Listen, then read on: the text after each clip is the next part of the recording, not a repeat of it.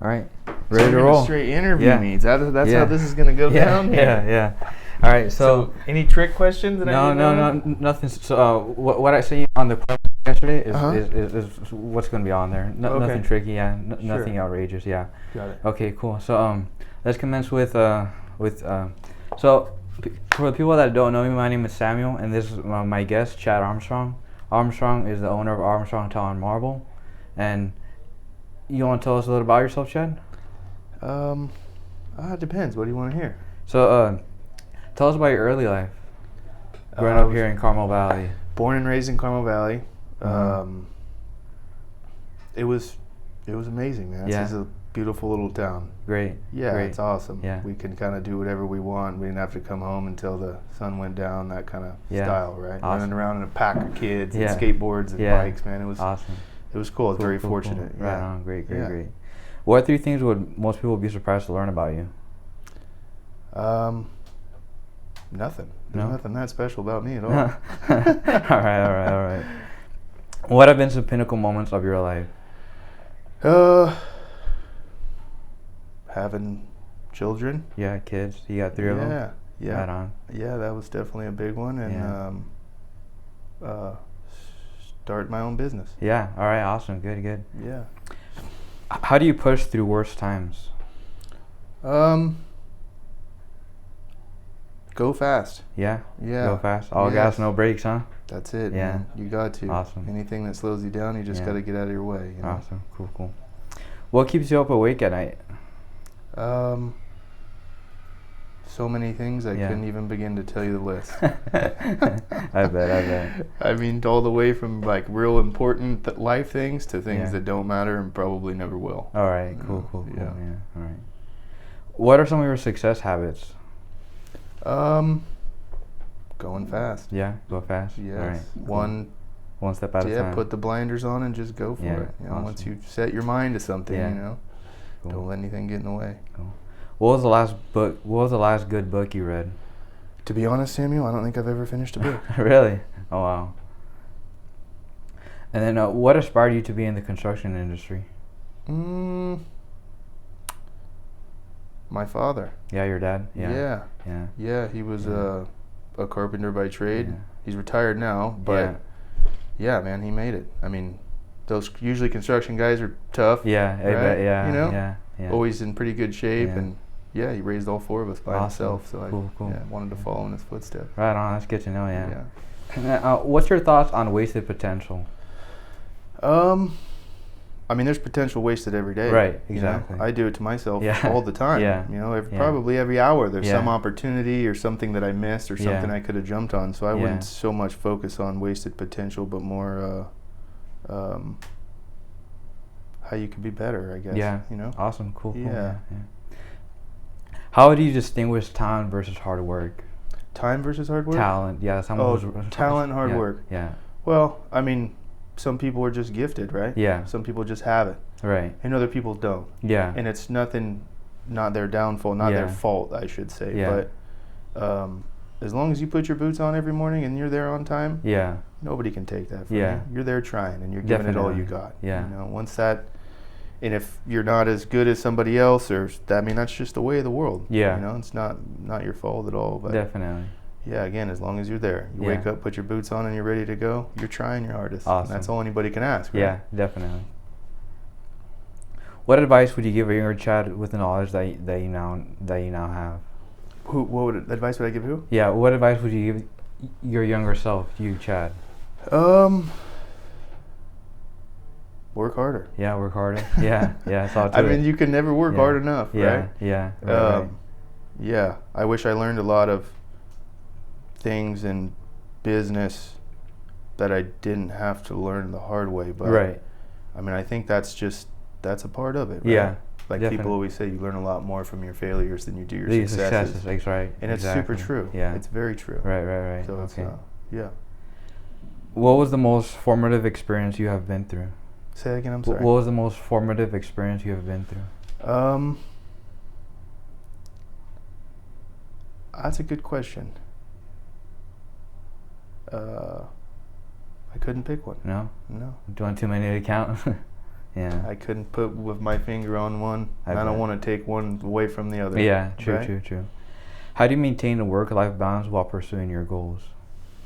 What's your balance to life and work? It's hard. It's super difficult. Yeah. Right? It's essentially impossible to have that switch to turn off work mode when you come home and you're trying to be a dad or a husband or a boyfriend or whatever the case is for you, or you're trying to focus on something else. Maybe you're trying to start a new little company on the side or something. But that's super hard. Super hard to be able to turn that off. And I don't think that I'm very good at it. I can just multitask, I guess, or I think that I can. I probably can't do it very well at all. But I tell myself I can, so I try to make it work. Right on. But it's hard, man. It's like some people give themselves schedules to, at 5 o'clock I'm going to shut my phone off. It's like I can't tell you how many calls I've gotten after 5 o'clock of something that if I didn't take care of it right then would have been an absolute disaster for the next day. You know, so it's 100%. Like, but again, it's a quality of life deal. It's like, do you want to work that late, or, you know, I don't know. That's a good. It's a tough one. That's for sure. Yeah, sure. What has been your most memorable job site memory? My most memorable job site memory, I gotta say, it was at my first real big contract. Was the castle. We called it the Carmel Castle. For Carolyn Strong. Wow. And, we got. I'll never forget the pallets of tile coming down that driveway. Oh my gosh. On semis. Yeah. Like, okay. Here we go. Right. Yeah. Have you ever had any cheap state clientele? Say that again. Have you ever had any cheap state clientele? Cheap? Like cheap clients? Yeah, totally. I mean, everybody's cheap. It's just a matter of to what level, right? And what cheap is to them. To us, cheap's $5. To them, cheap might be 1,000. Right? So nobody's ever willing to just throw frolic money around. Yeah, right? exactly. But I mean, I've had people order tile. It was like a limestone, and they were 18 by 18s, and then the inside cut would have been 16 inches, so they ordered a 16-inch piece of limestone. Right? So we weren't cutting off the waste. And as long as you could work efficiently like that, then hallelujah. You know, as long as it's not slowing anybody down, it is what it is. 100%. So as a company owner, what values do you seek out in employees? It's a good question.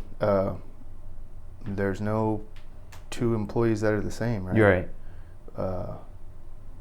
The biggest thing is, again, just being there on time. I mean, I'm super laxed. I'm a super lenient boss. I'd like to think of myself that way. Right. But I tell everybody, it's like, is being late is my biggest pet peeve. Yeah. Right? 100%. I don't care if you're on time and you're hungover and you can't do anything until noon. Yeah. I'm glad that you were there when you were supposed to be there, right? Go sit in the porta potty and hang out if you need to. I don't care. Right? It's just because it shows responsibility and it shows that you care. Yeah, punctuality goes a long way. Exactly. You know, it's like goes back to putting on your boots and just being ready to go. Yeah. You know, so it's in that it's rare. Right. It totally is rare. Yeah. I mean, we've been through 100 employees probably in the last 5 or 6 years, right? Yeah. And we've probably had 20, right? Right. That have consistently bam, like machines. Right. You know? Yeah. But this shit happens, right? You have traffic, you have car accidents, right?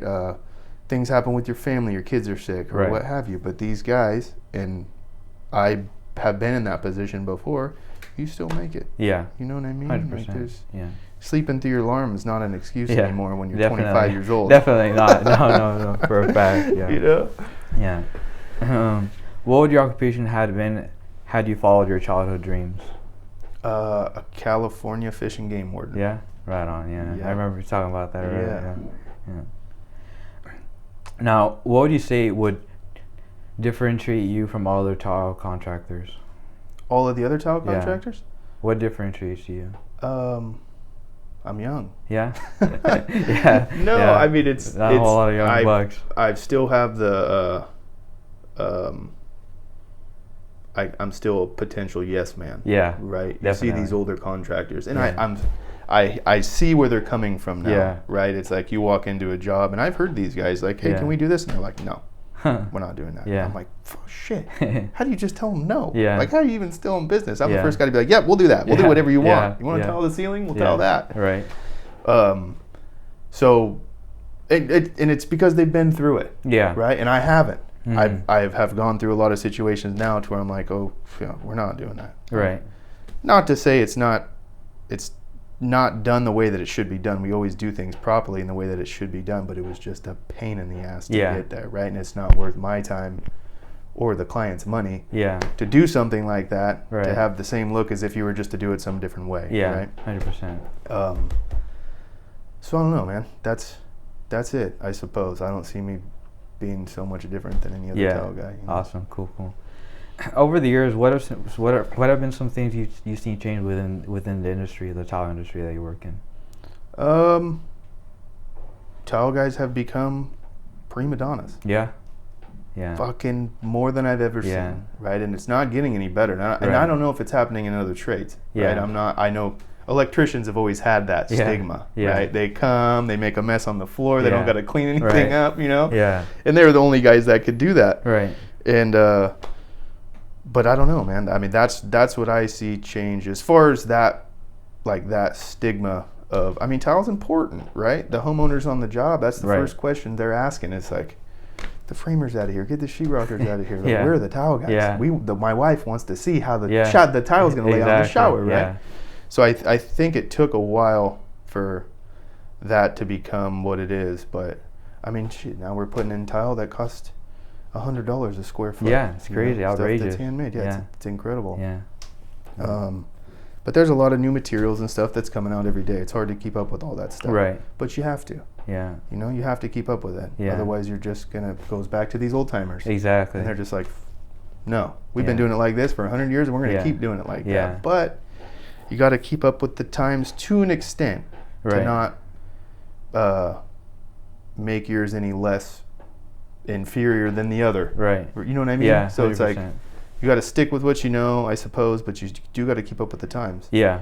Because you're going to lose. Definitely. Because there's going to be other guys who are willing to do it. Yeah. It's just like a floating thing. It's like, will you float the wall? It's like, yeah, we always float. We don't do that anymore. Right. What do you mean? Yeah. And there's guys that are willing to scratch floating altogether and just go with this foam board or party backer or whatever the case. Right. I'm not willing to let that go yet. Okay. Yeah. No, for sure. Yeah. Who are 3 most influential people who have impacted your life? 3 most you mentioned your father earlier. People. Yes. My dad is. My dad's heaven sent, man. Yeah. The guy's a lying, breathing, living, breathing angel. Yeah. I mean, they don't make him like that guy anymore. Stubborn as a mule and for all the right reasons. Yeah.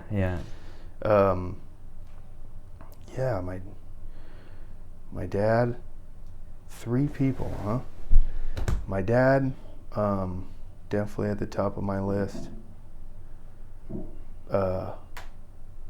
Dan McElweeny. Dan McElweeny? Yeah, that guy always stuck with me in my head. I remember seeing him as a kid, like, man, this guy's got it going on. Yeah. He'd show up with like a bandana around his neck, cowboy boots on. Yeah. He just looked like a badass, right? 6 foot, whatever, how tall he was. Right. And I was only 19 years old trying to grout a kitchen floor or something. At the Pebble Beach Golf Course. Oh, right on. Yeah, but I've always admired him and looked up to him. Totally, yes. I mean, I know that he came from a different town and came over here and flourished and did well for himself. Right on. We share a lot of the same. He likes to hunt and fish. I do as well, right? Right. So we've crossed paths and outdoor stuff like that before. But third one, I don't know, Samuel. I don't know. Your wife?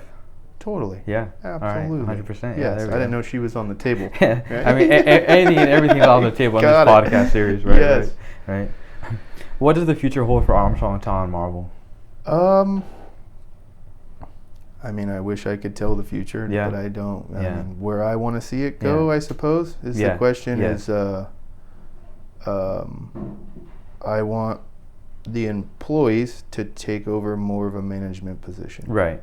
Yeah. I mean, it's like I have to manage people. I have to oversee invoicing. I have to oversee estimates. I have to oversee the estimator and double check the plans. And I got to get more work. Right. Yeah.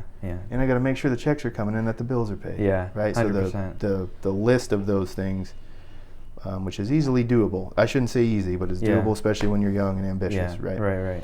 But if my only job was to have to get more work, what a easy deal. Yeah, real right? cake. So it's like to have the employees essentially manage themselves, or have somebody in the position to manage, right? Somebody to take my position over now. They're in here cooking the books, right? Yeah. They're in here looking at estimating. Yeah. They're in here doing this. That's how I want the company to eventually be, right? Right. And then if my only job's to go get more work, then you guys better be ready to hire more people. Yeah. So I'm gonna go get us some more fucking work. Right. Bring it on. Bring it on. Yeah. Yes. There you go. And I won't be afraid to, because I got the help to back me. Yeah, definitely. And I have one person to help me now in the office, Charlie. Yeah. Awesome. Cool. Yeah, your sister, right? Yeah, Right on. and Cool. she's doing a great job. doing thus a far, great job. Totally. And it's a lot. Yeah. Cool.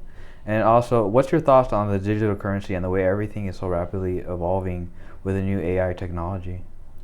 The digital currency thing, I think, is a good investment. Right. I think we're going to head that direction. I think it's inevitable. The only reason that I'm not invested in it is because I don't understand it. Right. Right. Yeah, And it's too much to grasp. Yeah. I've just always been told don't invest in things that you don't understand. But at the same part, it's like, do you understand the internet? Yeah, exactly. I don't. Yeah. But it works great, right? Yeah. But to my knowledge, it's like, it just goes to this giant satellite in the sky, then it feeds you whatever information you want. Right. You know what I mean? Yeah. But the digital currency thing to me is still, I mean, I'm sure if I gave it enough time to dive in and try to figure out what it was about, then I might feel more comfortable. But Yeah. I mean, I think it's coming.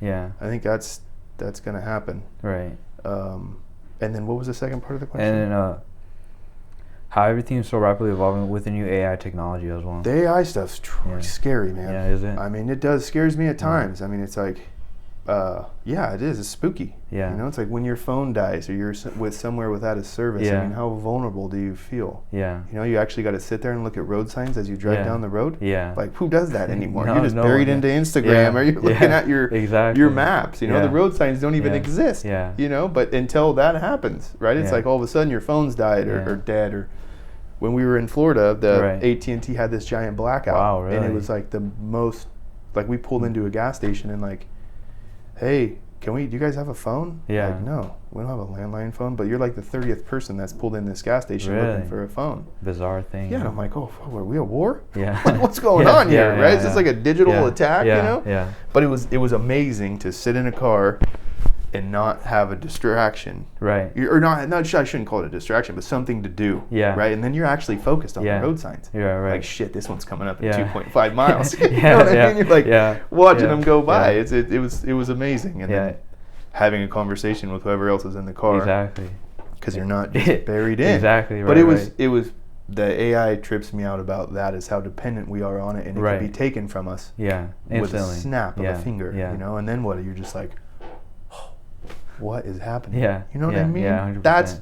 That's what scares me. I mean, I really don't think that, and it could eventually take over if they make these things have smart enough, but more so, I think it's how dependent we can be on it and how quickly it can be taken from us. Definitely. And there's nothing we can do about it. 100%. Right.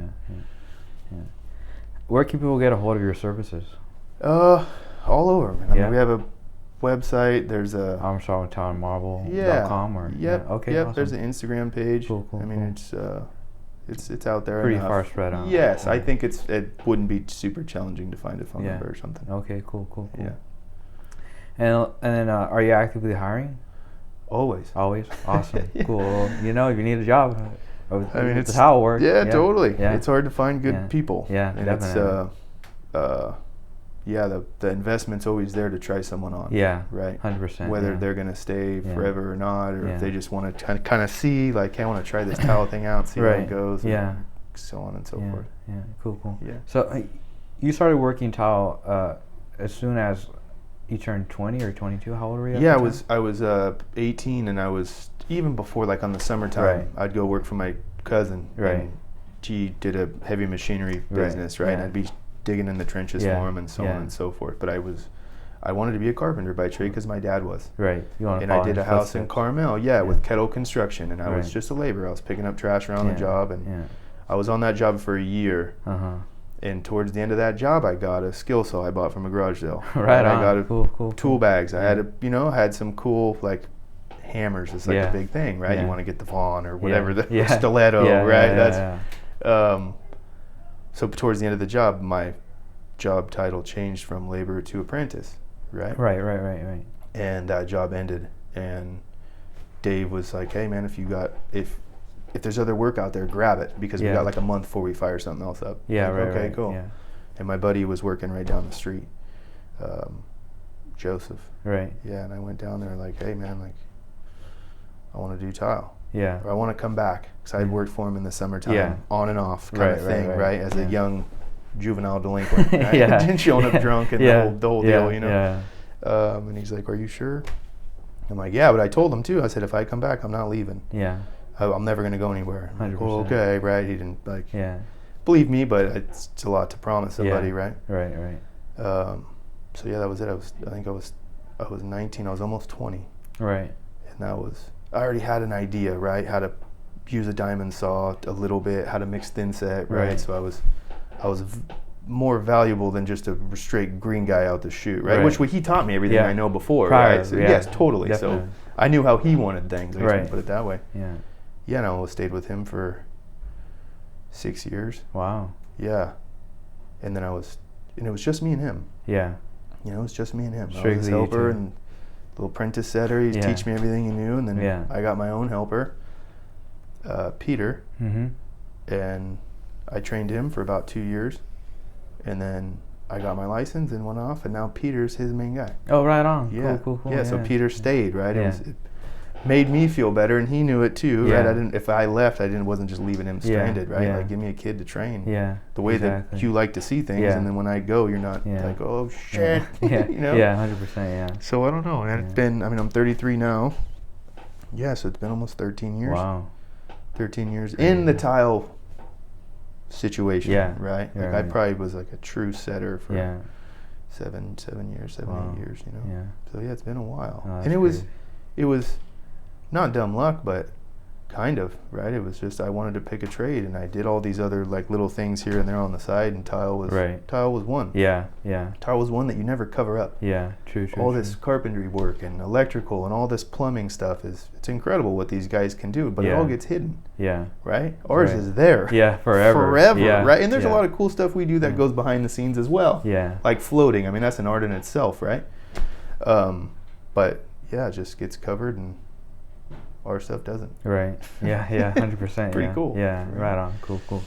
And now, you personally went through a dark phase in your life where if you care to elaborate on it. No, totally. Yeah. Yes. Cool. What are we talking about? My late wife? Yeah, your late wife. Yes. Yeah. Yes. So that was I think I was 25 when I got my license. Right. And that was when we had a little after we had our first child, Blake. Yeah. And I think I was in business for about a year. Right. She was during that time was pregnant again, and then had Tatum, our second child, and was breastfeeding. Yeah. Right. And then she had a lump on her chest that was like written off as a clogged milk duct. Right. You know, it's like happens all mastitis, right? Yeah. They get them all over and so forth. Well, long story short, she stopped breastfeeding. The boobs didn't go from, the swelling wasn't going down as they thought. They put her on antibiotics. It didn't work. Right. So they went in and did a scan, ultrasound. Really, is how it went down. And the ultrasound lady was just like, I don't like the way that this looks. Yeah. And they did a biopsy, and it came back as breast cancer. One of those lumps happened to be a tumor. Right. And that was a fucking battle, man. Oh, shucks. So that was my first year in business. I was out on my own, which was cool because I could be around kind of when I wanted to be, right, or when I needed to be, I guess is for better words, but in that atmosphere phase. Totally, yes. Be there for her and whatever I needed to be a part of, but she always wanted me to act like nothing was happening. Right? Yeah. And I appreciate that. And I appreciate it now more than ever, right? She loved me, she cared about me, she didn't want to see me suffer, right? So I totally get it, but she would just say, go out there and kick some ass. I'll be here when you get home. Right? And that was kind of that, but we lost her. Didn't take long, because the cancer was written off as a milk duct, right? So it metastasized in her body and had spread, right? She had like a little spot down in her kidney, and sorry. It was okay. I mean, it wasn't. It was fucking terrible, right? But it was the cards we were dealt, right? Yeah, true. And true. that is what it is. I mean, if I have to believe that things happen for a reason, right? I think I've told you this before, right? Because if not, you just be mad at the world. Exactly. You know, it's like, why does this happen? I don't understand. You know, it's like, if there's got to be some master plan. Right. Otherwise, I would just be the most frustrated person you've ever met in your life. Definitely. Right. Yeah. But yeah, then we lost her. She was home. It didn't take. The battle wasn't very long because it had already metastasized and spread. You know, we were at Stanford. We almost went to Texas and to try some clinical trials, and we were doing clinical trial here, which clinical trial, if you don't know, is just a better word for an experiment, essentially, right? It's like taking two drugs that they know that work and putting them together and firing it on somebody and seeing if the FDA will sign off on it, right? Or whatever the case. Yeah. But yeah, we ended up losing her, and then I fell off the deep end, man, for a while. I mean, I fell into the bottle of whiskey. That's what happened. And I had a live-in nanny at the time, Kristen, which was actually Molly's. That's my late wife's cousin. Right. And talk about a living, breathing angel. Yeah. Right?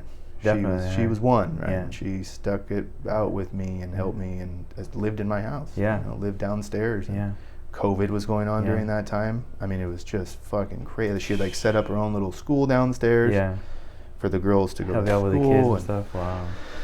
I mean, I would still go to work and, you know, wear my sunglasses and put eye drops in so nobody knew I was hungover. Definitely. You know, it was like just trying to be in present form. Put on some mouth spray. Totally, man. I mean, it's like, if it wasn't for those girls, I probably would have went to Vegas and never came back. Yeah. You know, so it was a blessing in disguise for myself as like a selfish thing to say, to have them there. Right. So I couldn't just fucking nosedive and never come out of it. You know?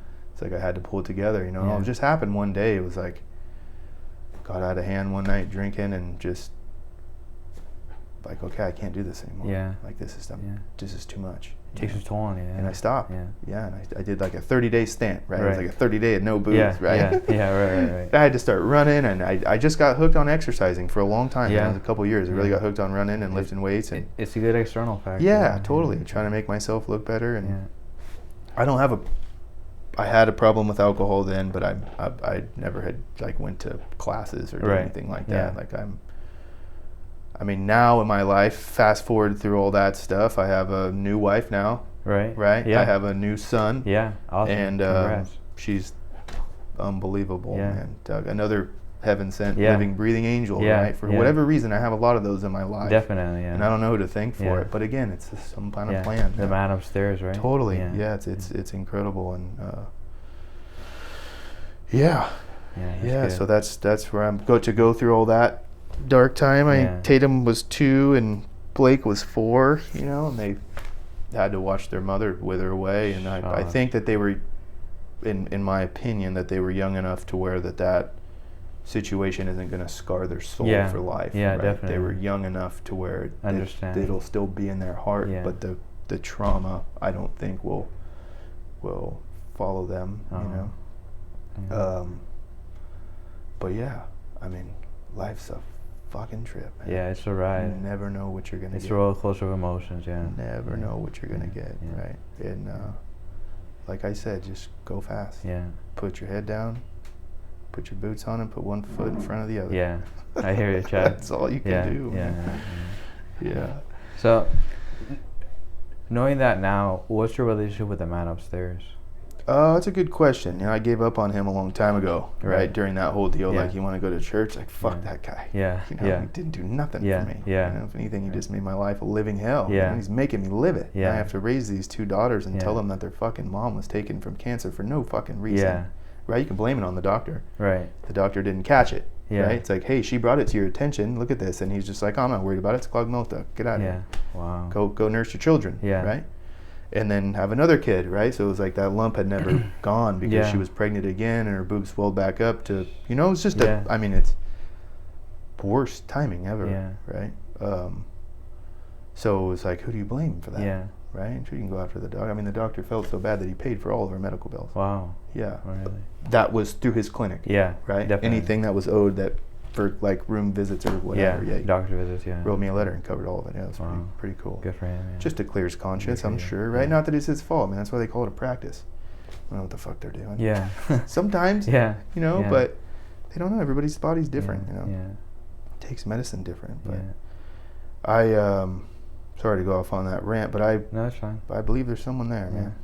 Good to I mean, know. there's only been a few times in my life where I can physically feel it. Yeah. Right. I think about it. Yeah. Right. I think about it in random weird situations, like, but I can feel it. Yeah. It gives me goosebumps. Yeah. You know what I mean? Like, makes the hair stand up on the back of your neck, which Yeah. that's just like not intuition, but it's a feeling. Yeah. You know, you have to listen to those feelings. Yeah. You know, I've had those feelings a lot and have done the opposite direction and got my ass kicked for it. I bet. Right? I bet. Yeah. And then you follow it sometimes, and sometimes you still get your ass kicked. Yeah. But it's it's your instinct. Yeah. And you gotta pay attention to it. So. Cool. I mean, I believe he's there, man. We try to go to church every Sunday. Yeah. Good with for you. all three of us. It's guys, difficult. Like worst case scenario, we put it on the TV in the living room. Yeah. Just to have it. Yeah. Right? And but there's got to be something greater than us. Yeah, definitely. Greater power above us and higher than us. Yeah. Totally. Yeah, God's real, man. He's alive. That's 100%. For sure. Yeah. Good to know. Yeah. Yeah. Now, on that behalf, on the power of manifestation, do you believe in that as well? Totally. Yeah. Anything that I've ever thought about for long enough, I've made it happen. Right. Yes. Yeah. Anything. Yeah. Anything that goes all the way back to my blinders. Right. Right. It's not to forget about the rest of the world or forget about any other problems or forget about people. Right. Right. It's just having that burning in your brain. Yeah. 24 hours a day. Right. It's there. Yeah. And you make it be there. Yeah. And it fucking falls in your lap. Yeah. I mean, it's the strangest thing I've ever experienced. Exactly. But it's so true. You know what I mean? Yeah. It's like, I remember it was A Secret to Life or something. It was the show, right? And the guy's like, you want $1 million? Don't worry about it. You just write $1 million on a piece of paper and you stick it under your bed and you just look at that $1 million and it's just going to come to you. Like, this is the biggest load of shit I've ever seen. Right. Like, no way. Yeah. But not that I took that from, like, and implied that in my life, and that's what I didn't stare at a $1 million sticker underneath my bed, but it was just the burning, right? It's the burning of having that just roast in your mind. Yeah. Yeah. I mean, I've wanted to buy a home, right? There was no chance in hell I can buy a home in Carmel Valley. Yeah. Right? I was not a poor kid by any means. I had everything I ever needed. My dad always, we never went without. Right. Yeah. Just put it that way. Yeah. But we also didn't have anything in the bank. Yeah. Right? There was no money to back us. Yeah. Right? It was just like, I'll give you whatever you need, but go make your own fucking life. Yeah. You know? And so, to buy a house in Carmel Valley, you buy a teardown out here for $500,000. Wow. But I grinded on it every day. Yeah. Every day it was just there, and it worked, man. And then my other dream was to buy my own duck club. Yeah. I want a duck club. Yeah. Right? I want to buy my own property, and I just burned in my mind. Right? And it wasn't something I would actively look, don't get me wrong. Every day I'd pull up go on Land Watch, right? Or Zillow, like duck clubs in Los Banos or duck clubs in Sacramento. Yeah. And they're just outrageous, right? $2.5 million, to buy in, to be like, whoa, so on and so forth. But it worked, man. Mm-hmm. It worked. Right, now I own my own 63-acre piece of property in Gustine. That's an established duck club, right? Yeah, good for you. I mean, I really do believe that if you think about something for long enough, it happens. Yeah. And it goes both ways, man. Yeah. It goes, in my opinion, if you think you got a brain tumor, you're going to manifest that. Yeah. You know what I mean? 100%, yeah. It's like the most important thing to me, and it's hard for me to do, I'm not very good at it, is just to be happy. Yeah. Right? Yeah. It's like, the question I had for the doctor was like, hey man, like how do you prevent this? Yeah. Like, how many people do we know that are getting cancer now? Fucking everybody. Exactly. I mean, it's a trip. Anything and everything that you eat, it's out there. Yeah. What's it coming from? Yeah. Is it coming from our food? Is it coming from blah, blah, blah? Whatever the case, right? So I was just like, how do you prevent this, right? My late wife at the time was super healthy. She had a master's in nutrition, and she was a personal trainer. She had her own company, right? She was very into herself, right? And knew a lot about her own body, right? Right. I mean, as far as I'm concerned, if anybody should get cancer, it shouldn't have been her. It should have been me. Yeah. Right? I'm chewing tobacco and drinking beer and doing all kinds of weird shit, you know? Yeah. But he just said, well, you could do scans. But scans aren't good for you either. Yeah. Right? You want to come in every 6 months and do a full body scan, you know? CT scan, yeah. The most important thing is just to be happy. Yeah. Right? If that chew in your mouth right there makes you happy, keep chewing. Yeah. The second it doesn't, yeah. stop. Right. Because it's going to make something go wrong. Exactly. Right? It's like 100%. You see people that smoke till they're 90. Yeah. Right? It makes them happy. Yeah. The people who don't want to keep smoking, they die of lung cancer. Not saying that happens to everybody, right? It's a generalization. Yeah. But moral of the story is that people who live the longest and have the lowest count of cancer are just genuinely happy people. Yeah. And how do you do that? Right? What makes you happy? What makes me happy? I mean, these people like to go garden. Yeah. All the power to them. Yeah. Like, I wish gardening was enough for me. Yeah, to keep you happy, yeah. To be that's all I needed to do for that day to fulfill my happiness. Right. Right? I love to garden, don't get me wrong. Yeah. I genuinely enjoy it. Growing vegetables in the garden and eating them and stuff. Yeah. But I don't know, man. I feel like I need a circus. Yeah. Right? Yeah. And a circus that I have to manifest, right? Yeah. Which is fine. And sometimes I do really well at it, right? And other times I have nothing but to be thankful for everything that God has given me, right? And the position I'm in now and where I am now and 3 healthy kids and a beautiful wife and a business and properties, and I have it all, man. I mean, I truly do. In my mind, I have everything that I've ever wanted. Yeah. And it's still it's still frustrating to sit there and be like, damn, like, do I need something else? Like, no, you don't need shit. Yeah. You have everything. Right. Just chill out and smell the roses. Yeah. Right? Yeah. But it's hard to smell the roses when you're in the roses. Yeah, exactly. Whether you're way above them, the roses, or you're way below, right? Right. But when you're in that sweet middle spot, life just goes. Yeah. You know? Right. It's like when you're down in the dump, then you're like, oh shit, that was way better back then. Yeah. Or just last week was way cooler and this week sucks. Yeah. Right? But when you find that sweet spot in life, just goes on. You know what I mean? Yeah. And it's I don't know, it's a trip. Yeah, wow, I bet, no kidding. So, with the power of manifestation, you also lean towards the law of attraction as well?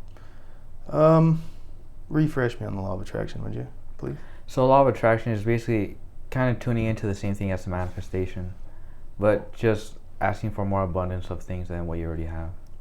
Totally. Yeah. I mean, anything that you set your mind to, man. Cool, cool. And that goes all the way back to what I see in employees. You know, it's like, if you are on time, right? I don't care I don't care if you're puking as you're walking up to the job site. Yeah. You're there, Yeah. right? And that says a lot. Yeah, you definitely. know, it's like in your mind, you know that you have to be there on time. You know, and Yeah. you do that, and that says a lot about somebody. So, law of attraction. You know, same deal. Cool, you know? cool. Like, Now, take us back to your juvenile delinquent days. Back then, did you ever envision yourself the life you're living now? No. No. I mean, I didn't think I was going to make it past the age of 24. Really? Wow. No kidding. I mean, not in all seriousness, Yeah. but I was living for the day, man. Yeah. Cool. I mean, cool. Yeah, I didn't think of any. I always wanted to own a home in Carmel Valley. Right. That's about That's your goal. That's about all I had. Yeah. As far as like how I got there. Right. Didn't matter. Yeah. You know, it was just that's what I wanted to do. I wanted to raise a family. Yeah. You know, and that's. I wasn't smart enough to go to college. Yeah. Right. Yeah. And the only thing I feel like I could have given a young family to raise, whether I was wealthy or not, was to raise them here. Yeah. Right. Definitely. Because this is a special place. Yeah. You know, and it's hard to see that when you live here your whole life until you go somewhere else and you realize how good we got it here. Yeah, exactly. You know what I mean? Yeah. Cool. Yeah. Well, that just about wraps up our interview for this podcast, Chad.